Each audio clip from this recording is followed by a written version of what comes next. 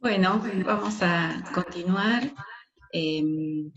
ahora con este otro bloque em, que trabajamos investigación a través a través y sobre la práctica artística, y vamos a iniciar el bloque con un trabajo de Margarita Rocha. Bueno, el título de la exposición es Recuperación de espacios y objetos ferroviarios, poéticas, políticas territoriales.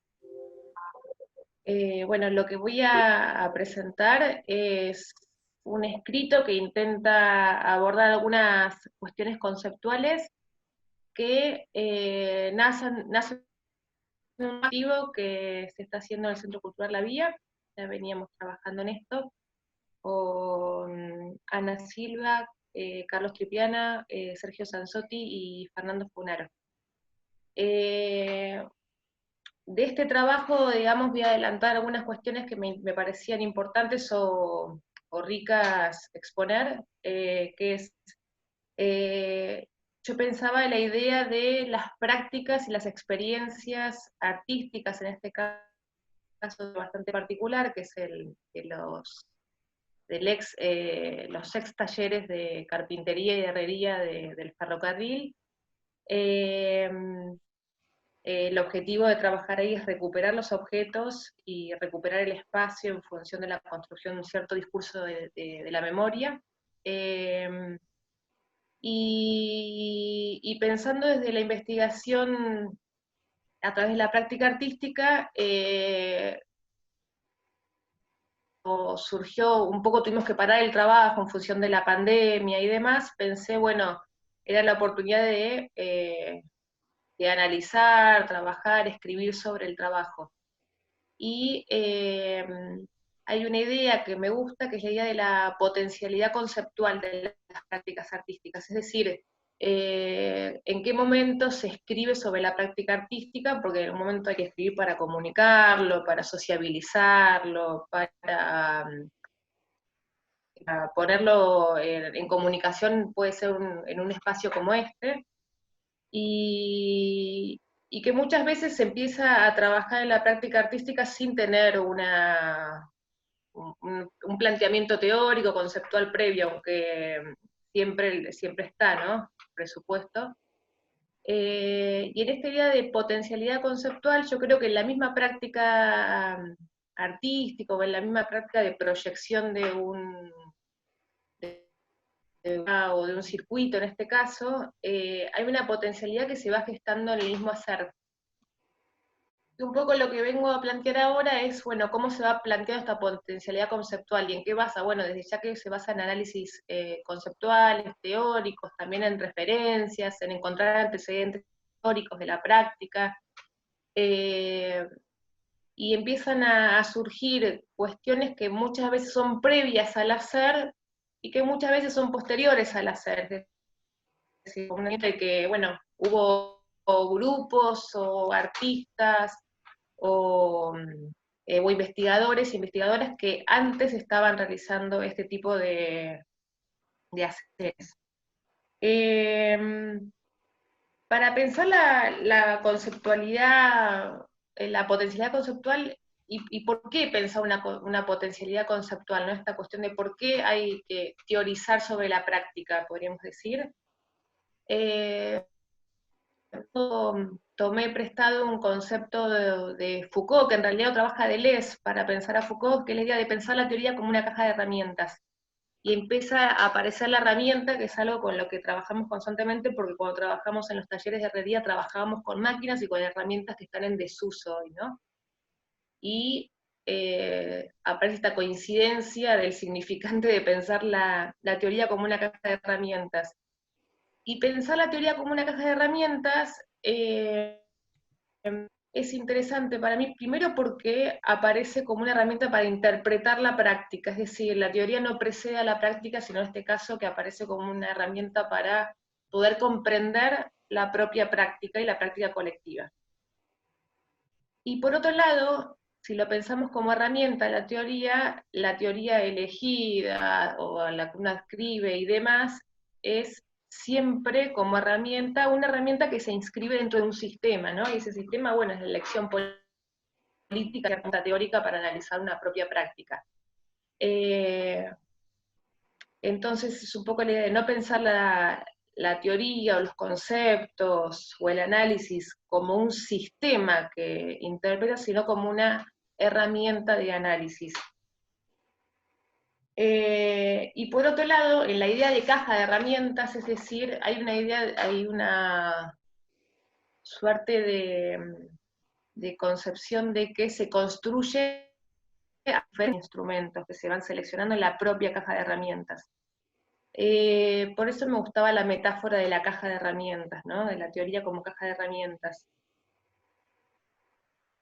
Voy a ir saltando por diferentes puntos que van a parecer un poco descolgados, pero después en un texto se unen.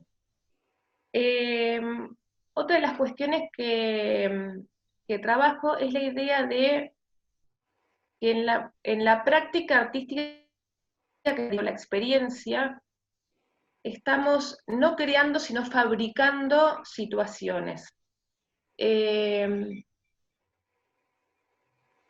Podríamos decir también que al momento de conceptualizar y comunicar la práctica y darle una construcción discursiva, también estamos fabricando textos y no creándolos. ¿Por qué esta idea de fabricar y producir y no crear? A mí siempre me gustó la idea que trabaja Castoriadis en relación a la diversidad, esta idea de que la no creación ex nihilo, sino cum nihilo, es decir, se crea con siempre y no de la nada. Y en este caso se subraya mucho porque trabajamos con objetos y con espacios que ya tienen una historia previa muy marcada, ¿no? La historia de ferroviaria argentina y después desmantelamiento del sistema ferroviario. Entonces, de alguna forma estamos trabajando con objetos y espacios que ya están tensos, y a la vez ahora los tensionamos para instituir nuevos sentidos desde el presente. Entonces, de alguna forma, la idea es pensar que la idea no es crear situaciones o dispositivos o nuevas obras de la nada, sino que estamos intentando crear algo nuevo con todo eso que encontramos, ¿no? Que es bastante caótico, porque en el abandono se encuentra un cierto, entre comillas, desorden, ¿no? Ahora, me interesa la idea del desorden, del caos del abandono, porque en realidad ese desorden está cuenta de un orden, ¿no? De en qué lugar ha quedado eso y qué lugar se le da hoy a eso. El abandono también significa, ¿no? Ese desorden. Bueno, la idea de producir, de fabricar y diferenciarlo del concepto de crear, también, a ver, tiene una cierta herencia en la producción simbólica contemporánea, que es la idea de, bueno, el apropiacionismo, ¿no? Como este gesto que de alguna forma marca o caracteriza, pero que viene a determinar un poco todas las formas de producción de lo contemporáneo, ¿no? Podríamos decir que las estéticas contemporáneas se definen por ser apropiacionistas. Esta cuestión de apropiarse de un objeto ya realizado, hay una suerte de gesto de selección también, de elegir entre muchos objetos, y ese objeto resignificarlo o reposicionarlo en una nueva construcción discursiva, de discusión simbólica. Dentro del concepto de apropiacionismo, después fue Nicolás Buró que lo trabajó en la idea de postproducción, ¿no? Que viene más en los 90 a repensar cómo el apropiacionismo se transforma o se ayorna a partir de las tecnologías digitales que van a dar una suerte de potencialidad absoluta a la posibilidad de reapropiarse, seleccionar textos visuales, escritos, sonoros, y remezclarlos en nuevos textos. Sería la idea de la postproducción. Pero también aparece en el siglo XX bastante con el concepto de desvío, en los 60, el retournement situacionista, esa cuestión de poder realizar en un gesto político la apropiación de un objeto ya realizado y que tiene una función específica, y desviar esa función a otra sentido nuevo, ¿no? por eso creo que cuando estamos trabajando en la vía, estamos trabajando fuertemente, aunque no lo hayamos pensado con anticipación, la idea de la apropiación, el desvío del sentido y desde ya la idea de producción y postproducción. A ver, pero la pregunta es ¿qué fabricamos o qué producimos? En realidad todo esto es un proyecto muy incipiente, iniciando y con muchas ganas de avanzar, pero bueno, toda la situación actual hace que vayamos a un ritmo más lento. Pero la idea, la pregunta que iba a hacer recién es, ¿qué fabricamos, qué producimos? Y cuento brevemente los proyectos, que es la producción de un circuito para transitar una especie de plaza pública entre máquinas, ¿no? Perdón, Margarita, deberías ir cerrando. Uy, se me fue el tiempo. A ver, está por aquí el programa, ¿quién seguía? Esperanza, Esquetino, Petrini, Bonani, Giacomelli, Garcimunio. ¿Están por allí? Bien, bueno, como ven, nuestra presentación, el nombre que tiene es de los apuntes para mirar y habitar, a ir y venir en superficies de placer. Nosotros el año pasado expusimos la construcción y desarrollo conceptual de la instalación que realizamos para el Festival de Cine, e hicimos el montaje en la sala A del Centro Cultural Universitario, y al día siguiente expusimos en el Ateneo. En la sección multimedia de la revista Aura, lo que hicimos fue compartir una reseña y el texto curatorial junto a fragmentos y videos de lo que fue la experiencia también del público en vivo. La idea es repasar un poco rápidamente esa propuesta inicial que hicimos en Sala del Centro Cultural, como dijo Claudia.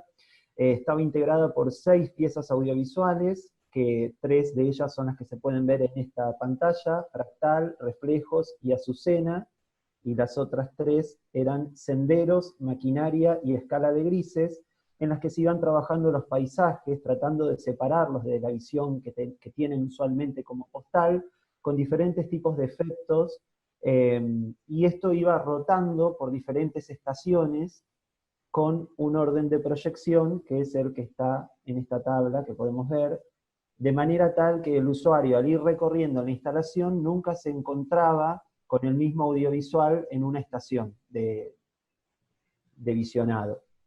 Esa fue como la propuesta inicial. Ahí podemos ver las plantas y el diseño espacial. Había un recorrido marcado por una primera estación donde se podía hacer una intervención sonora.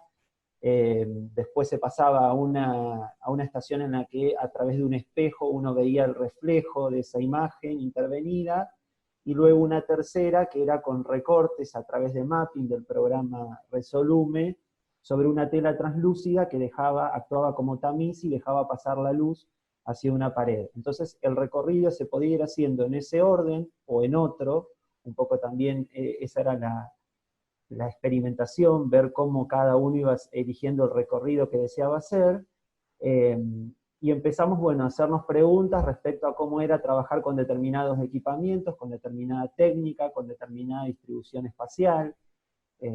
Esta fue la presentación original, como la hicimos para el Festival de Cine. Sí, nosotros un día lo que también hicimos fue invitar a estudiantes de pensamiento proyectual, porque nuestras prácticas artísticas también son situadas y son en el aula, y un poco lo que queríamos mostrar era el lado B, todo lo que planificamos y no funcionó, lo que nos tocó resolver sin vueltas y sacar andando la instalación, como una transmisión de experiencia también humana y genuina, transmitiendo un perfil resolutivo para transformar el proyecto para que funcione. Lo que tendríamos que mostrar ahora, Mati, es una devolución. Perdón. Tenemos un breve resumen de lo que fue esa experiencia, lo vamos a mostrar rápidamente en video.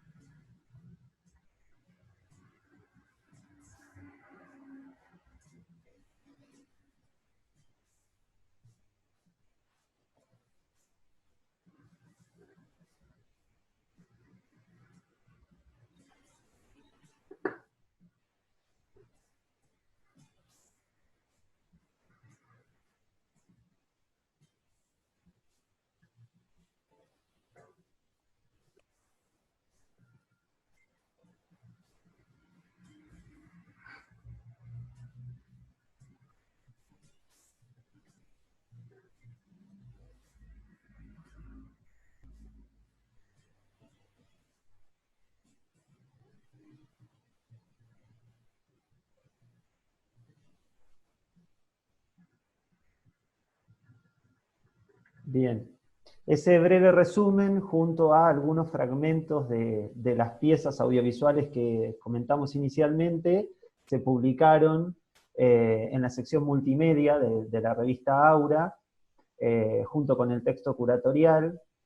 Ahí abajo está la dirección web para poder acceder a todo el texto y a los videos, y, bueno, de este resumen y de los fragmentos de las piezas audiovisuales. Sí, también, bueno, compartíamos esto, que es una devolución que nos hicieron docentes de la UNA en unos seminarios de problemáticas del arte contemporáneo y sociología, en donde se admite también la reflexión y la generación de teoría a partir de la propia práctica. Lo que hicimos fue darles a leer lo que así generamos como grupo para el Ateneo del año pasado, y bueno, esta fue la devolución que obtuvimos. Y después, bueno, lo que continúa ahora para mostrar es que a principio de este año se lanza una convocatoria para artistas tandilenses para llenar las cajas blancas o las salas en el museo. Esta convocatoria, que se llamó, bueno, Caja Blanca, dentro de la categoría sitio específico, fue la que nos presentamos nosotros.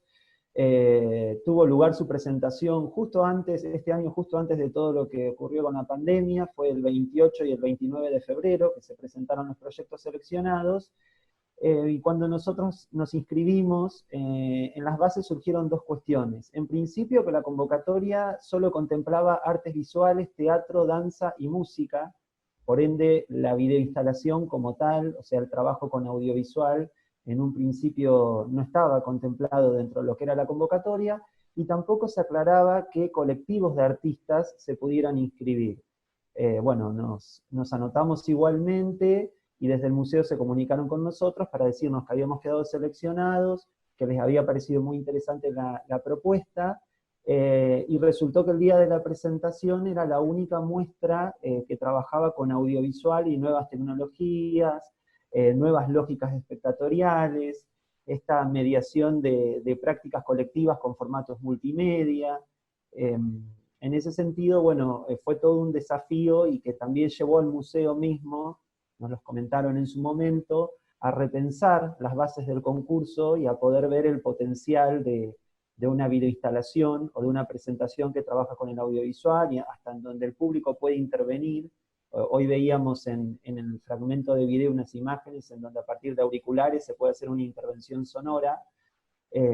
Bueno, vieron el potencial y nos comentaban esto, ¿no? La por ahí reflexión en torno al armado de bases y la amplitud, y poder convocar a otro tipo de prácticas artísticas. Sí, y en paralelo a la reposición de Venir, nosotros estábamos trabajando en catálogo de géneros, que algo se puede ver en el canal de YouTube de la Facultad de Arte. Era una instalación más íntima, con visores y objetos, habíamos filmado con microscopios en la Facultad de Veterinarias, con cámaras 360, e hicimos una colecta de géneros o telas con memoria, pensándonos como un gran tejido colectivo en el que participan músicas de la región, una encuadernadora, bueno, Mayra, que es nuestra científica, una serigrafista, y en ambas instalaciones contamos con la colaboración generosa de estudiantes avanzados, que en muchos casos hasta nos rescataron porque ellos ya estaban en procesos de experimentación de cosas que nosotros recién nos íbamos iniciando. Esto se iba a presentar en la Semana de la Memoria, la Verdad y Justicia, en consonancia con la muestra federal para Todes Tode, que cruza género y memoria, y estuvimos a la par de todos los colegas que migraron sus producciones a la virtualidad, porque ahí era el único posible territorio de encuentro. Y en paralelo continuábamos con la apuesta de Venir. Con catálogo de géneros tuvimos la oportunidad de estrenar un fragmento de minuto y medio en el boletín Cuidado Social, Vínculo Virtual, que está editando la Secretaría de Investigación y Posgrado, el CEDAV y Arte Publicaciones. También participamos de la cuenta de Instagram de Feminismo Sin Fronteras. Acá hay un pequeño video que queremos compartir con ustedes. Géneros son fibras que afectan nuestras fibras y activan el inconsciente. en nuestro país, un pañal de tela dejó de hacer eso en 1967, cuando un grupo de madres que buscaban a sus hijos desaparecidos comenzaron a marchar dejándolos como pañuelos blancos sobre sus cabezas, pidiendo aparecer en vida. Las abuelas empezaron a marchar también buscando sus nietos. Íbamos abrazando a 130 nietos para recuperar su identidad y sus historias.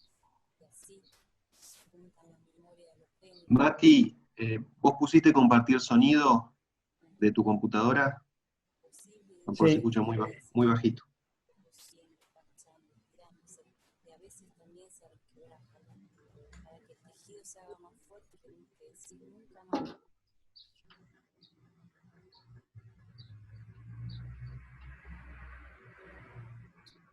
Pueden ver de todos modos el video completo en el link que está ahí debajo, donde dice publicado en Cuidado Social, Vínculo Virtual número 2 del fragmento de video. La idea de esto, de este video en particular, es que fue una obra en 360, como dijo Claudia, con visores de realidad virtual, que no fue lo que llegamos a aplicar, pero sí se estrenó, digamos, en formato 360 como tal, en el boletín. Así que se puede ir recorriendo, eligiendo qué sector quiere ver uno de la imagen a través de la navegación de YouTube. Un poco también esto es lo que siempre ha mediado y ha estado presente en todas las conversaciones que hemos tenido en el colectivo de trabajo, ¿no? Cómo podemos vincular las prácticas artísticas con la tecnología y qué desafíos vamos teniendo en la incorporación de nuevas tecnologías. En el caso de venir, el mapping y el mapeo de una placa MIDI para poder generar una sonorización en vivo. En el caso de catálogo de géneros, el uso de cámaras 360, de edición en 360, y el visionado con lentes VR, que bueno, fue lo que la pandemia nos restringió. Sí, y bueno, con respecto a venir en el Moonbat, lo que hicimos, como mencionamos antes, una adaptación de la sala A, y en vez de necesitar oscuridad y de objetos para generar un recorrido y un vacío para colocar los equipos, en la caja blanca que nos tocó fue trabajar líneas y ensanchar y achicar pantallas, disponer de todos los dispositivos para su funcionalidad y no tener que señalizar ni dirigir. Fue interesante porque lo que surgió fue proponer un auténtico acto de habitar, de jugar, de nadar, de bailar, y ahí es donde se terminó proyectando la superficie de placer. Con nuestra instalación decidimos problematizar el lenguaje audiovisual como superficie que se habita, el sitio específico del museo que es en el que se emplaza, y los lugares filmados pertenecientes al partido de Tandil, pero proyectados y mirados fuera de la postal, haciendo un ejercicio de memoria, despatriarcando la mirada y también nuestros modos de producción, que en definitiva son los modos que nos han enseñado. A medida que íbamos trabajando, honestamente, no sabíamos que la investigación tendría al final una reflexión tan profunda ligada a lo ambiental. Quizás en el aquí y ahora nos es imposible separarnos de ver cómo se han modificado los ecosistemas cuando interviene la humanidad y cuando ésta se queda en su casa. Entonces deberíamos ir cerrando. Ah, bien. Ok. No, bueno, va a ser preferible que lean por ahí cuando publiquemos, más que nada porque entre las cosas que nosotros queríamos remarcar es que lo que nosotros fuimos haciendo coincidía fuertemente con la época de protestas en Chile, que tenemos que pensar también que dentro de nuestro territorio latinoamericano, aparte de las prácticas artísticas, lo que frenó la pandemia fueron diferentes procesos, incluso a nosotros nos agarra pensando estas prácticas en nuestros territorios con un cambio de gobierno, que no es menor eso tampoco, y nos interesaba esto, que la primera vez que aparece la frase en una protesta social, si bien siempre se discuten las autorías dentro de los procesos colectivos, aparece esa frase, no volveremos a la normalidad porque la normalidad era el problema, frase que se ha multiplicado mucho en el contexto de pandemia, pero arrancó en las protestas de Chile, con una cuestión muy significativa en cuanto al arte también en las calles, en los territorios, cuestionando justamente los sitios específicos, dónde está circulando todo, y al mismo tiempo cómo nos estamos relacionando con los ámbitos, con nuestros espacios. Y es muy notorio que si no hay una ética de cuidado en la ciudadanía y ambiental, mucho menos se traslada eso a las prácticas. Así que, bien, dejamos aquí como muchas de las referencias que fuimos trabajando y esto va a continuar. Gracias. Gracias. Bueno, muchas gracias. Ahora vamos a escuchar a Abril Ocampo, que va a trabajar, va a exponernos su trabajo o parte de su trabajo de investigación a través de la práctica, el arte de estatuar. Bien, bueno, bienvenidos, bienvenidas, bienvenides. Bueno, les presento mi trabajo de investigación, llamado Investigación a través de la práctica, el arte de estatuar. Elijo llamarlo así porque prácticamente todos mis estudios y mi trabajo de investigación lo baso principalmente en mi trabajo como estatua viviente, mi reciente principiante trabajo como estatua viviente. Y bueno, y la pulsión por hacerlo nace primero de mi curiosidad y después y creo que principalmente por la emergente aparición de bases teóricas de un libro que publicó Mariela Olivera, una estatua viviente bastante, una estatua viviente que representa el movimiento, podríamos decir, y más que nada en Bahía Blanca. Ella publicó un libro que se llama Los secretos de la quietud, la estatua viviente, una teatralidad liminal, y bueno, yo baso principalmente mis estudios en ese libro y en mi práctica escénica. Bueno, este fragmento que ven aquí es un retacito de un texto que escribí yo después de una experiencia hermosa que tuve en una varieté en la Universidad Barrial de acá de Tandil. Ya venía de varias experiencias, pero esa la verdad que me atravesó enormemente, y recibí sobre todo muchas imágenes, muchos mensajes, muchos aprendizajes sobre todo de los niños. Y bueno, cuando llegué a mi casa me terminé de desmaquillar y demás, y dije, necesito poner esto en palabras, así que bueno, escribí un texto, y este fragmento que ven acá es justo el final de ese textito. Bueno, el inicio de mi práctica escénica comienza un 18 de abril del año 2019, en plena Semana Santa tandilense, en la Feria de Artesanos, que se lleva a cabo en el Parque Independencia de Tandil. Allí se presenta Bublina frente a una enorme cantidad de gente. Yo, bueno, me había puesto como fecha de estreno, por así decir, la feria, la Semana Santa en Tandil, porque, bueno, sabía de que iba a ser una experiencia movilizante, y bueno, por eso fue que elegí esa fecha.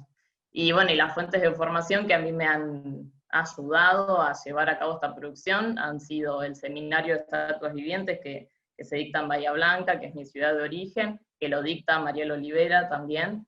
Es un seminario que se lleva hace muchos años.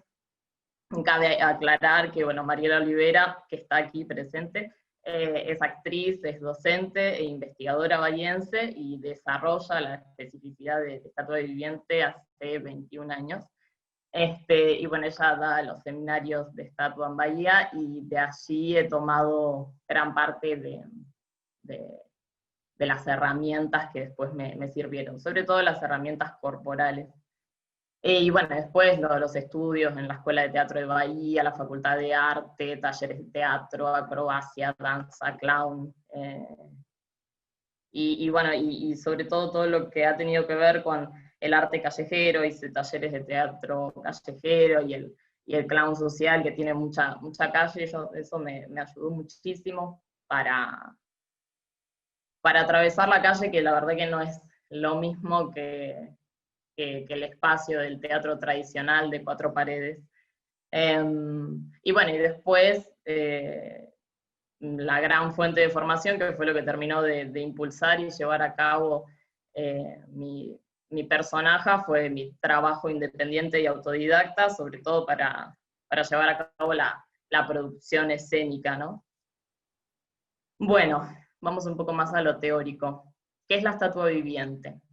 La estatua viviente, y esto es un fragmento tomado justamente del libro de Mariel Olivera, a la estatua viviente podemos definirla como una actividad que teatra en espacios públicos con delimitación escénica. Pueden ser espacios públicos como también espacios privados. La delimitación escénica la suele poner la misma estatua viviente, la cual es ejecutada por un actor, actriz, que manifiesta una poiesis atravesada por momentos de quietud y movimiento. Esto quiere decir que en la transición entre la quietud y el movimiento y volver a la quietud de la estatua, aparece manifestada su poiesis, aparece manifestada la personificación del personaje y la historia que trae ese personaje. Bueno, que esto estará actuado por un personaje determinado. ¿Cuáles son los elementos que debería tener en cuenta un actor, actriz, al momento de desarrollar la producción de una estatua viviente? Bueno, tener en cuenta la poética de actuación, entre la quietud y el movimiento, lo que acabo de explicar. Otro elemento es el pensar el silencio o el sonido. Hay estatuas que emiten sonido, hay otras que prefieren mantener el silencio. Los tiempos que va a tener la poética, el espacio escénico, el convivio, la cantidad y la diversidad de los públicos, que bueno, la verdad que ese es un eje muy importante. Yo cuando tuve que exponer mi estatua por primera vez, la verdad que ese elemento no lo había tenido en cuenta y me encontré con una enorme cantidad de gente, así que aprendí ahí sobre la marcha. Hoy es un elemento que lo tengo muy en cuenta. Bueno, el objeto recaudador, que es la alcancía, los elementos técnicos que lleve la estatua, los elementos de producción, el estado del clima y la relación estado-artista, que no es para menos tenerla en cuenta porque es creo que el generador de grandes conflictos, y bueno, y como artista siempre hay que ir precavido antes de exponer en donde sea. Bueno, ¿por qué entenderla como un acontecimiento teatral? Por lo que venía explicando y tomando las bases teóricas de Jorge Duati, porque está compuesta por convivio, por poiesis, por expectación, además de estar compuesta por espacio escénico, producción escénica y demás. Creemos que por eso se la tiene que entender como un acontecimiento teatral.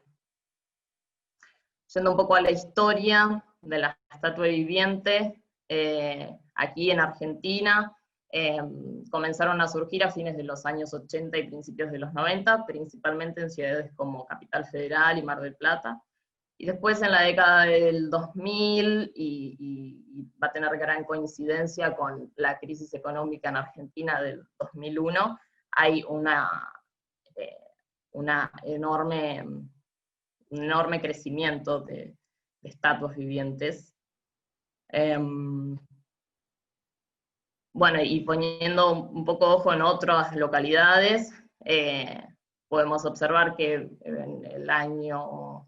en el 1998 se hace estreno, por ejemplo, de la estatua Madre Tierra Pachamama en Jujuy. En Bahía Blanca se hace estreno la grecorromana de de Mariela Olivera. En 2002, en Olavarría, Liliana Guidoni también encarna la primera estatua de la ciudad. En 2009, Claudio Di Rocco, en Tandil, también será la primera estatua viviente de la ciudad. Bien. Bueno, finalmente, viendo, digamos, todo esto, podemos entender que el movimiento de estatuas vivientes surfea entre el teatro y el espacio público, entre el silencio y la quietud, es decir, surfea por fenómenos teatrales que no son tan prototípicos. Y por lo tanto, bueno, podemos identificarlo como una teatralidad liminal porque eso derrumba las fronteras propias del teatro clásico. Y bueno, yo creo que Bublina, como actriz, como investigadora y como mujer, también derriba los límites de la teatralidad clásica, y sobre todo pudiendo llevar a cabo esta práctica escénica en el espacio público, que el espacio público, creo que las estatuas lo elegimos porque brinda un espacio de libertad y de inclusión que otros espacios más bien cerrados tal vez no las brinden. Y bueno, y creemos que es necesario, que es sumamente necesario que existan políticas públicas que nos reconozcan. Tal vez algunas están, y sin embargo no se cumplen, y bueno, y se nos siguen poniendo trabas para manipular un espacio que es completamente público y que tenemos derecho a manifestarnos libremente. Bueno, cerrando un poco esto, cabe destacar que tenemos el reconocimiento del Instituto Nacional del Teatro, el cual afirma que esta expresión artística es teatro. Y bueno, y creo que lo más importante y lo que más nos alegra es el hecho de tener un soporte bibliográfico donde se nos reconoce, donde se reconoce que la profesión de la estatua es una profesión, que es teatro, y que bueno, y que contamos con bases teóricas que nos terminan de reconocer y que da información a los demás de nuestro movimiento, que lleva muchísimos años y que es muy conocido, y creo que a cualquier persona que le pregunte seguramente alguna vez alguna estatua vio en la vida, y bueno, y ahora se le está dando este espacio de reconocimiento que se merecía. Bueno, pronto voy a estar llevando a cabo una profunda investigación sobre el Encuentro Nacional de Estatuas Vivientes de Bahía Blanca, el cual lleva 7 años de acción y de reunión entre estatuas de todo el mundo. Creo que eso es un hecho bastante importante, y sobre todo que gracias a ese espacio se invita a un montón, a todas las personas, transeúntes, espectadores, a ser parte de este enorme movimiento, y se los invita a habitar espacios culturales de la ciudad que tal vez no suelen ser habitados. Así que bueno, les agradezco escucharme, y bueno, para mí esto es una experiencia hermosísima, un placer poder seguir aportando a este movimiento que comienza a hacerse ver y a formar sus fuentes teóricas. Bueno, gracias. Gracias a vos, Abril. Un placer que nuestros estudiantes también participen de estos espacios de formación con sus intereses y sus propios recorridos, ¿no? Que inicien este camino. Vamos ahora a escuchar a Ana Silva. Su trabajo se denomina Grafías de espacios en devenir y algunas preguntas sobre la escala urbana. Como ya hemos mencionado, las preguntas las dejamos para el final del encuentro. Bueno, hola, ¿cómo están? Bueno, muchas gracias. y sobre todo gracias a las directoras del TEC por el esfuerzo de sostener este espacio de encuentro, aún en estas condiciones que nos impone este año. Bueno, en mi caso voy a compartir un trabajo que, bueno, como varios de ustedes ya saben, indaga en procesos de transformación urbana de ciudades medias, de algunas localidades de la provincia de Buenos Aires, vinculadas con la recuperación de espacios ferroviarios en desuso para el desarrollo de proyectos artísticos culturales. Sobre todo me interesa ver los entramados de actores que intervienen allí y qué sentidos y prácticas habilitan o obturan determinados usos y apropiaciones de esos espacios, ¿sí? Entonces, bueno, esta mirada en clave comparativa está empezando desde Tandil, ¿no? Empezó con un trabajo bastante intenso en torno de lo que se conoce como el barrio de la estación de Tandil, y empezó a ampliarse a otras localidades, un poco al modo de la bola de nieve, donde las referencias de los propios actores me van llevando a mirar otras experiencias. Hay muchísimas, sin duda, pero lo voy construyendo cualitativamente de este modo, digamos, el alcance de hasta dónde va a llegar este estudio. Bueno, algo que no puedo dejar de mencionar es también en estas condiciones que nos impone este año la necesidad de algunas reflexiones metodológicas, sobre todo en investigaciones que involucran trabajo de campo, ¿no? La necesidad de redefinir, de repensar algunas cuestiones vinculadas con esto, y bueno, ver qué cosas es posible sostener o profundizar en estas condiciones y cuáles son las limitaciones también en este marco. A partir de estas preguntas estuve participando en algunos espacios de discusión y de reflexión conceptual metodológica. Pienso, bueno, hace unos días en el marco de unas jornadas de etnografía y métodos cualitativos del IDES, una mesa coordinada por Rosana Guber que llevó el título muy sugerente de ¿qué nos pasó?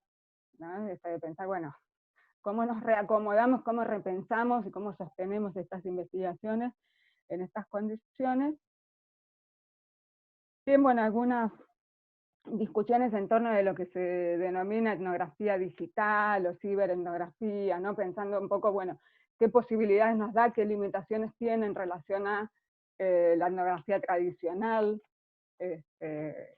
Bueno, esas cuestiones estuvieron muy presentes, y también algunas revisiones más de corte conceptual, que inscriben esta reflexión por la inscripción territorial de las prácticas artísticas, tal vez en una cierta recuperación, si bien esto no es un tema para nada novedoso, pero podemos ver que hay cierta revitalización de algunas preguntas en torno de esta relación, que aparece sin ir más lejos. Bueno, hace unos días se publicó un libro de Jorge Dubati titulado Teatro y Territorialidad.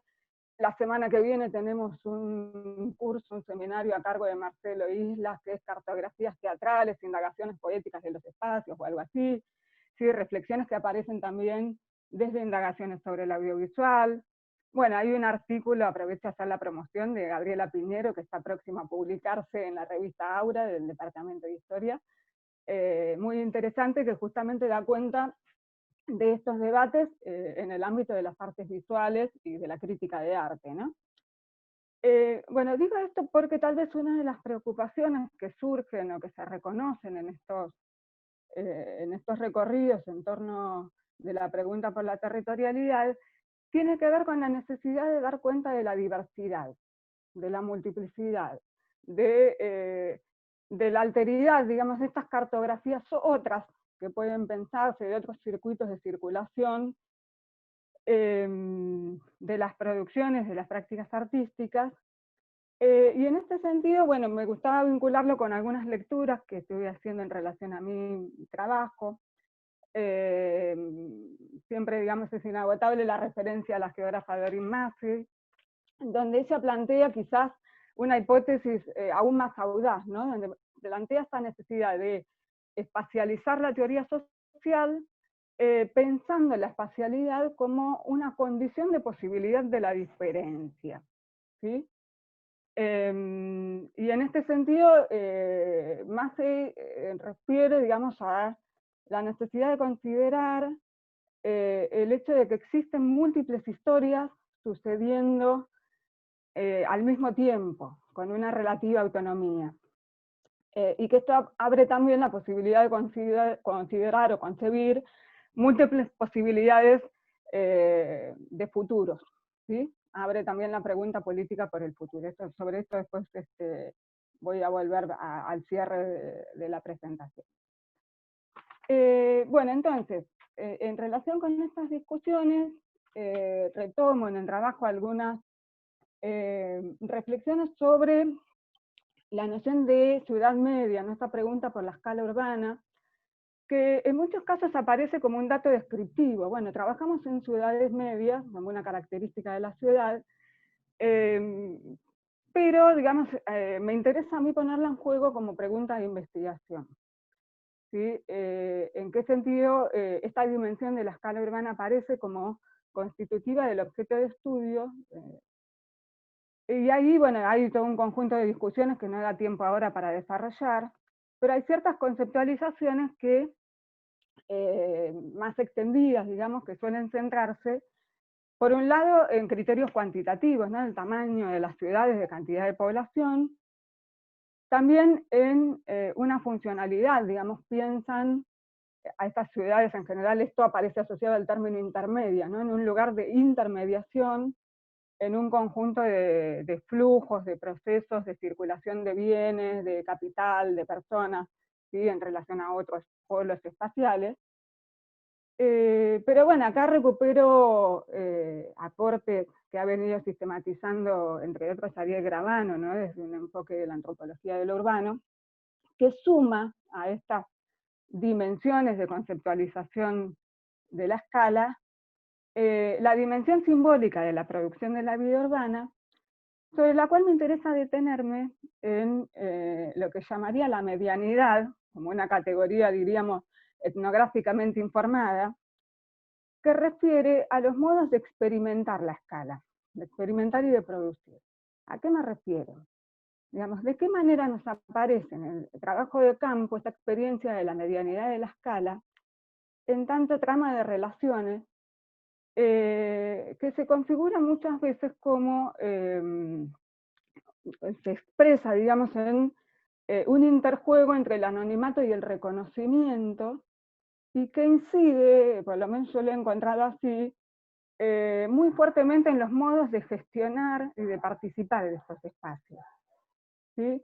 Yo creo que era en el trabajo de Florencia Berruti, que ahí se hacía referencia a, por ejemplo, el peso de un apellido que podía tener, ¿no? Bueno, estas cuestiones que aparecen en el trabajo de campo en relación a los modos en que se habilita, se obtura la posibilidad de participar de estos espacios y también de activar ciertas tramas de relaciones, ¿no? Cierto capital social que entra en juego en la posibilidad de desarrollar estos proyectos y de apropiarse de esos espacios.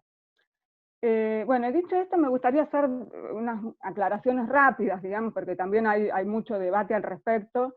Una de las primeras cuestiones se trata de no pensar estas formulaciones en términos de lo que podríamos llamar un determinismo ecológico, ¿no? Que piensa la correspondencia lineal entre ciertas formas espaciales y ciertos contenidos culturales, ¿no? Que tiende a esencializar concepciones de la identidad territorializadas. Eso por un lado. Y por otro lado, que cuando me refiero a esta dimensión simbólica de la producción de la vida urbana, estoy pensando en una concepción de las prácticas discursivas como prácticas materiales, digamos, no escindiendo discursos de práctica, ¿sí? Es la línea, entre otros, de Williams, cuando piensa en el lenguaje como un medio de producción y demás. Bueno, hechas estas aclaraciones, me gustaría mostrar algunos, compartir pantalla para mostrarles un mapa que está en construcción en relación a los avances de este trabajo. A ver si lo ven ahí. Sí, se ve. Bueno, aquí en el mapa pueden ver, digamos, los que están marcados en azul, son algunos de estos espacios identificados, bueno, como decía, en la localidad de Tandil, en Olavarría, en Benito Juárez, en azul. Recientemente se incorporó Tapalqué, por esto que les decía de que van apareciendo redes de vinculaciones entre actores. Y en verde aparecen dos polos de referencia fuerte, que son Ferro White, el ingeniero White, Bahía Blanca, y sobre todo el caso de Meridiano Quinto, del Centro Cultural en la estación del tren provincial en La Plata, donde también hay vinculaciones fuertes con algunos de los grupos con los que estoy dialogando en el marco de esta investigación. Bien, digamos, este mapa lo estoy pensando a partir de algunas variables, digamos, empezando por la denominación que tienen en la actualidad esos espacios. Después también pensando en, bueno, qué instituciones y qué actores aparecen allí presentes, ¿no? Si se tratan de dependencias de los municipios, de provincias, si son de gestión privada, si son organizaciones de la sociedad civil. Si bien hay entramado, digamos, que no son tan fáciles de graficar, porque se dan múltiples modos de vinculación entre los distintos actores e instituciones. También, bueno, ¿cuál es la función original de estos espacios? Si era el edificio central de la estación, un galpón de acopio, de encomiendas y equipajes, talleres, etc. Y por último, el año de inicio de actividades en ese espacio, ¿no? Porque si bien algunas instituciones tienen una, digamos, son preexistentes, bueno, lo que encontramos es que empiezan a desarrollar sus actividades en estos espacios. Hasta ahora son todas experiencias de los últimos 20 años. ¿Sí? Esto es lo que voy encontrando. Y después, por último, también me interesaba compartir algunas dimensiones de análisis que van surgiendo como emergentes del trabajo de campo, básicamente en dos planos. Por un lado, que no es excluyente de estos espacios en particular, sino que ponen en vinculación con otros ámbitos que se definen como espacios culturales, que es cómo definir, cómo conceptualizar y cómo hacer cultura, ¿sí? ¿Cómo están pensando definiciones de cultura estos actores, sentidos que aparecen también en torno de lo independiente, de lo comunitario, de lo autogestivo, de lo colectivo, del rol del Estado, de cómo debería ser la gestión cultural, las políticas culturales, ¿sí? Se dan, digamos, definiciones que aparecen enunciadas en términos relacionales que van asignando contenido e identificación a las personas que participan de estos grupos, pero bueno, que no dejan de estar también en permanente negociación, ¿sí? Bueno, esto que aparece en un plano tanto conceptual como pragmático, ¿no? Hay algunas de estas definiciones que aparecen actuadas, los modos reconocidos por estos grupos de hacer cultura, que aparecen enunciados de manera más o menos explícita y plasmados en algunos documentos que también estoy incorporando para el análisis. Y el otro plano es qué hacer con estos espacios y cómo hacerlo, ¿sí?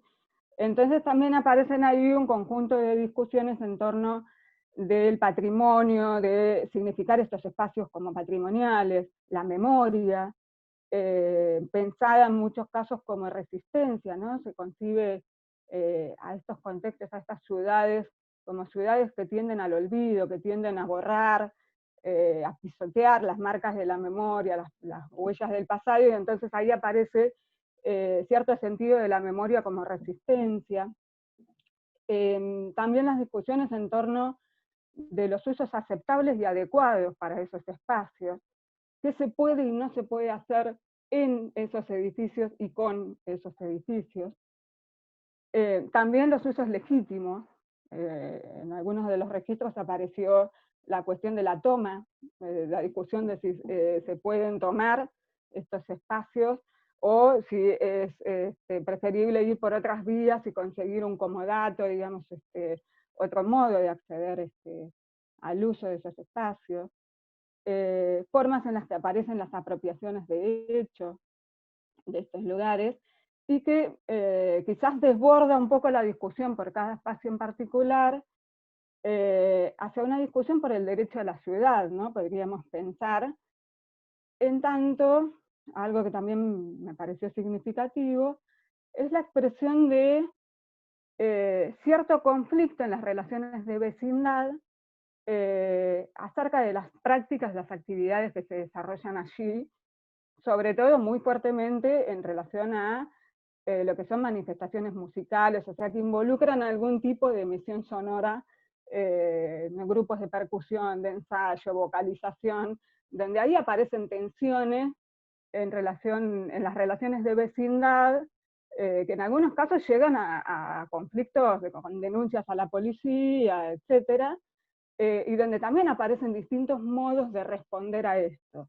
Desde la presencia, digamos, decir, bueno, es nuestro derecho ocupar este espacio, contar con un espacio para el ensayo, un espacio para la expresión, bueno, esto no tiene sentido si no es construido con todos, con los vecinos también, con el vecino facho también, no he dicho en estas palabras por alguno de los entrevistados.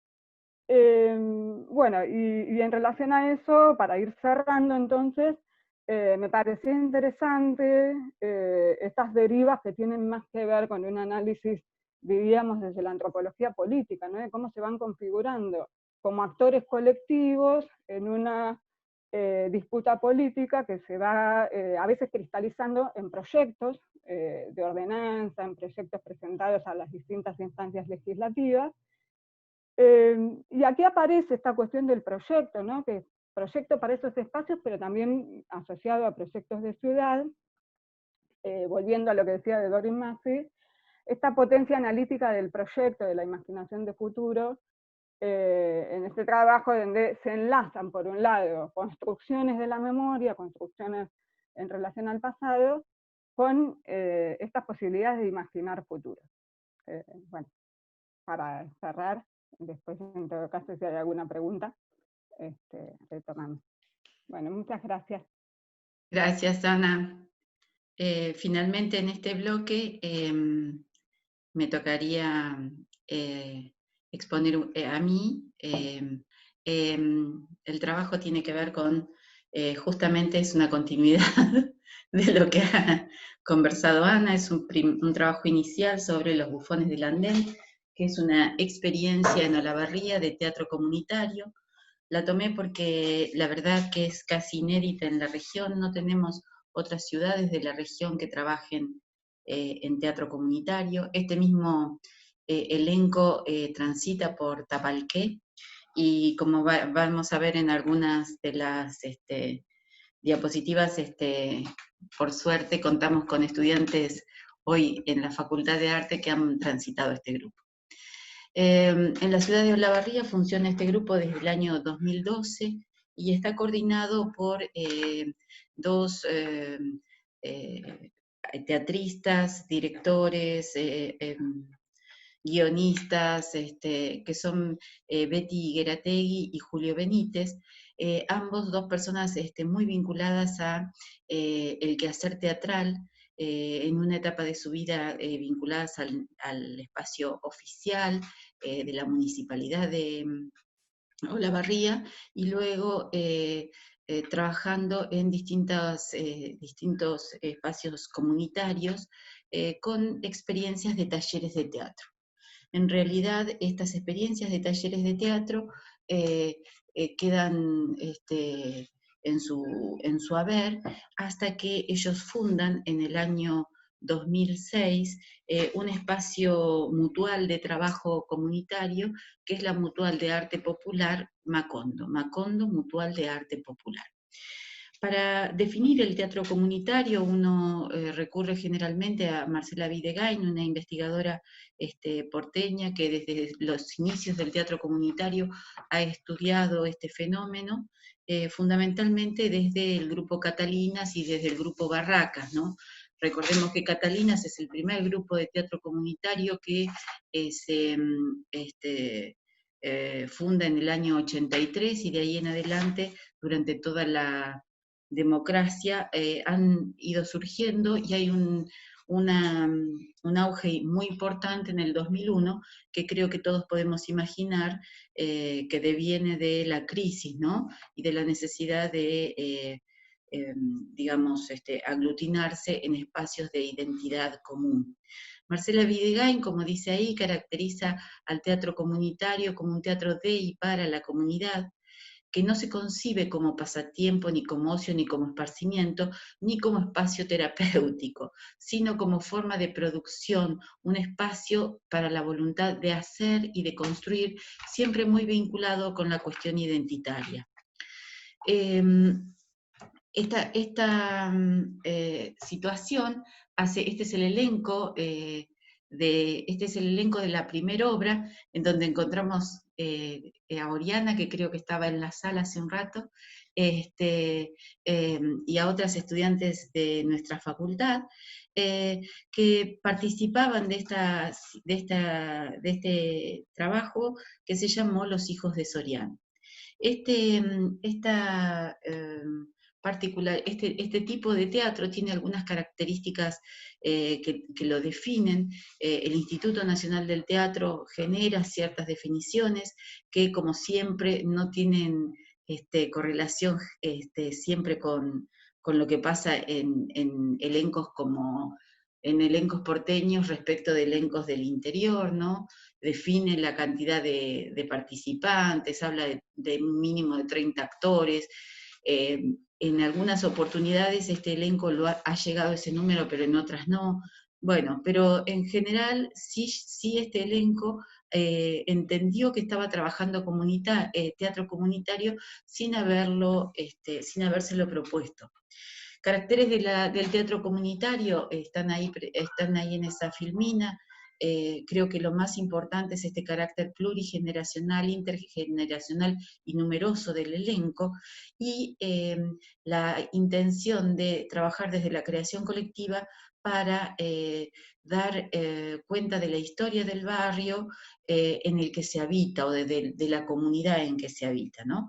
Diferencias, luego podemos mencionar muchas, pero respecto de los elencos porteños que se sitúan barrialmente, y elencos como el de una ciudad intermedia como La Barría, que va a tener una afluencia de participantes de lo que nosotros denominamos, o de lo que se denominan distintos barrios, ¿no?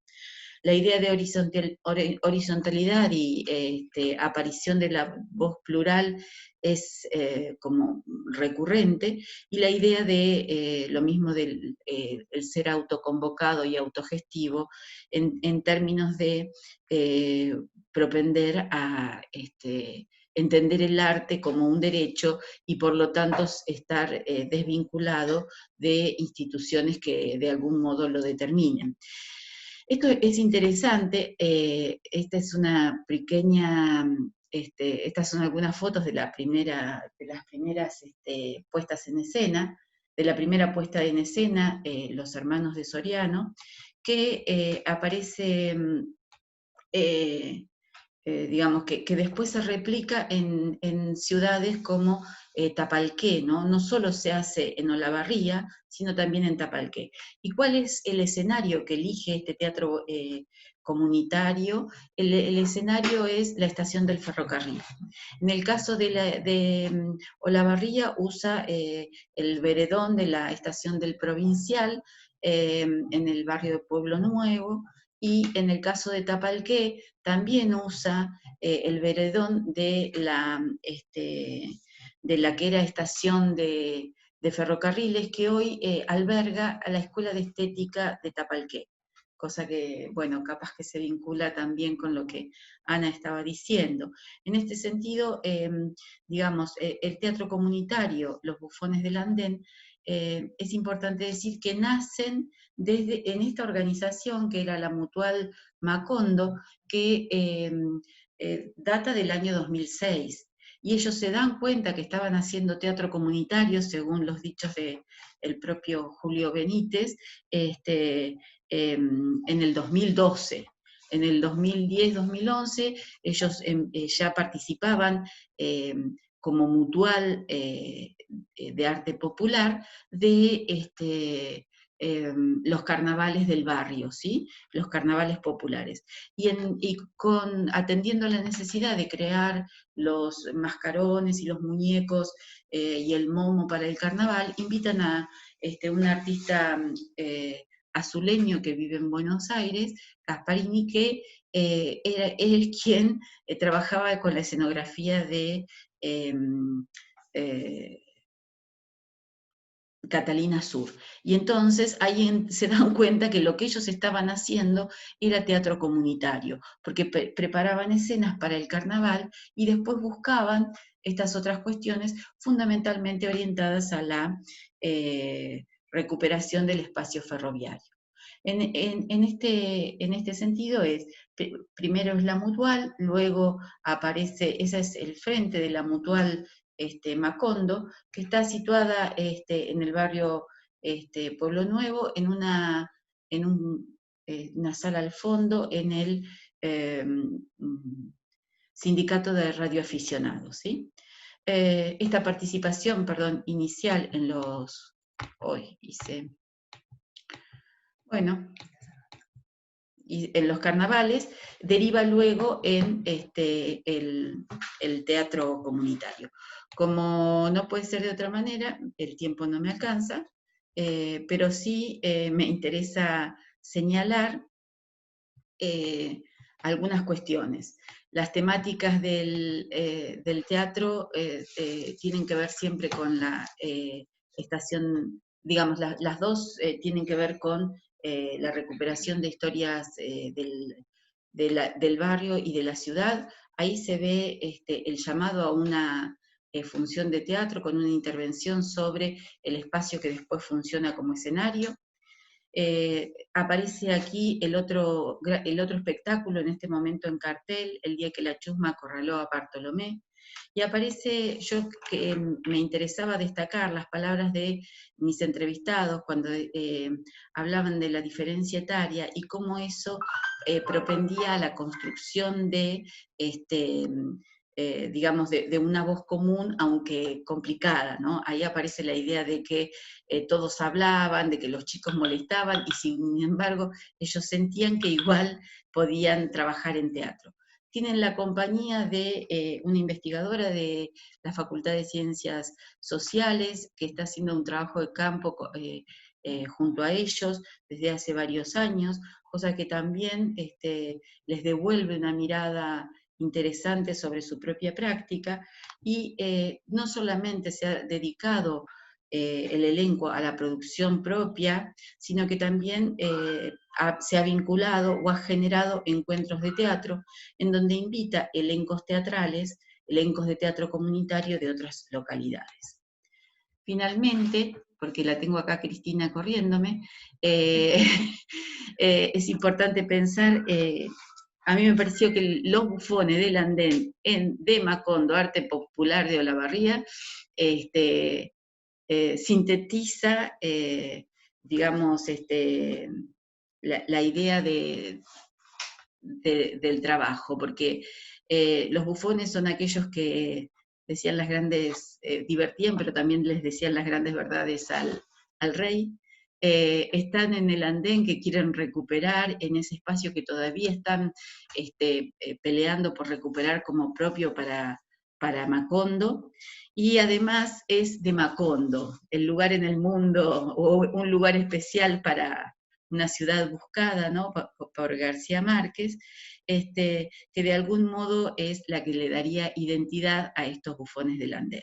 Así que bueno, me parece que si hubiera dicho los bufones del andén Macondo Mutual de Arte Popular, no necesitaban escucharme. Pero por ahí va la idea, ¿sí? Gracias.